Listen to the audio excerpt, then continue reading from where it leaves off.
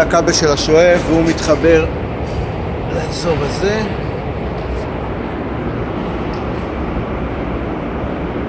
זה המפוח, כן. שעושה אוויר בשולחנות הקדמיים.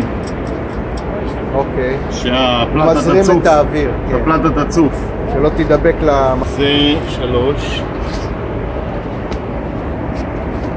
ושנייה, אני לא רואה. זה שלך. כן, זה ככה, 1, אתה רוצה וידאו? כן. 1, 2, 3. אוקיי. ומסומנים 1, 2, 3? כן, כן, מסומנים.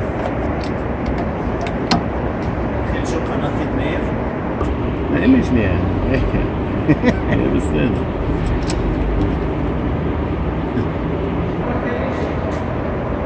נעבדו, מה אני יודע פה בלגלית. זה הרקה איתה? כן.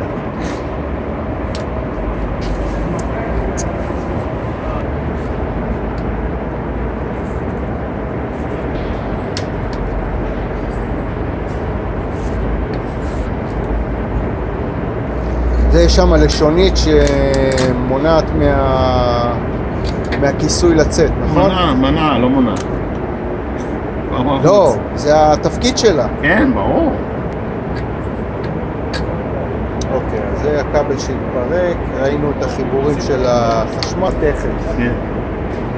חשמל סטטי ושל... לא, פשוט יהיה קל לסובב אותה. אם אתה עובד עם 5 פלטות או...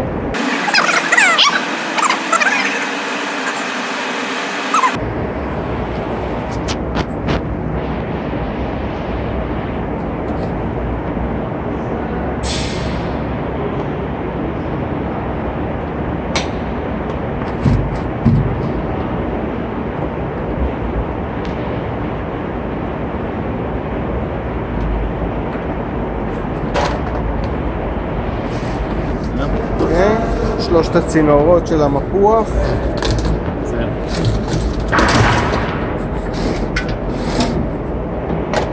המפוח לא מחובר לרצפה, אני מבין.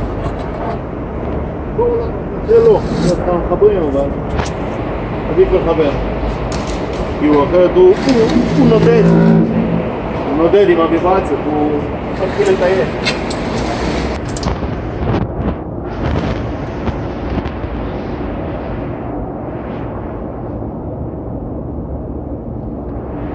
זה החשמל שהולך למפוח.